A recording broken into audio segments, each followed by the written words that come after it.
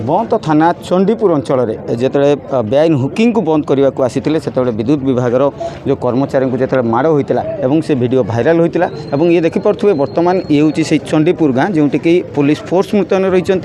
ये घर को संपूर्ण भाव में विद्युत संजोग विच्छिन्न कर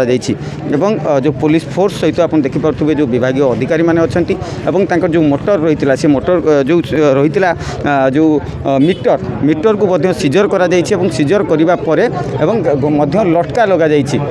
नोटिस लग जाइए जेहेतु केस सरी समस्ते माने फेरार हो जाती किंतु मामला रही सर आज कौन कौन करा आम बर्तमान पुलिस असिस्टेंस देचु इलेक्ट्रिक स्टाफ को जो एनफोर्समेंट थिला से कामटी आम कर इलेक्ट्रिक डिस्कनेक्शन करवा कि सीजर करवा जहाँ भी प्रोसीजर थिला असिस्टेंस आम देचु हाँ से पुलिस असिस्टेंस देचु आम तो निश्चित शुणुले जे आसीस्टान्स दि जाइए फोर्स मुतयन अच्छा